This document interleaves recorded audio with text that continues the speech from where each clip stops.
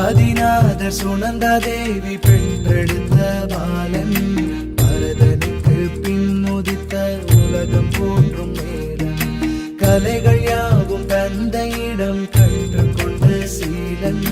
பேரழகன் பாகுபலி பாதம் போன்று பூமி பௌதன புறவாசி எல்லாம் போற்றுகின்ற ராசன் பதவி மோகம் கொண்ட அண்ணன் பரதனுக்கு பாசன் கௌரவத்தை காப்பதற்கு விரும்பிய நல்லீசன் பேரழகன் பாகுபலி பாதம் போற்றுவோம் தர்ம யுத்தம் செய்வதற்கு வழிவகுத்தார் ஞானி இருவர் செய்த மூவகை போல் புதியதொரு பாணி வெற்றி கொண்டு அண்ணனையே நிற்க செய்தார் நாணி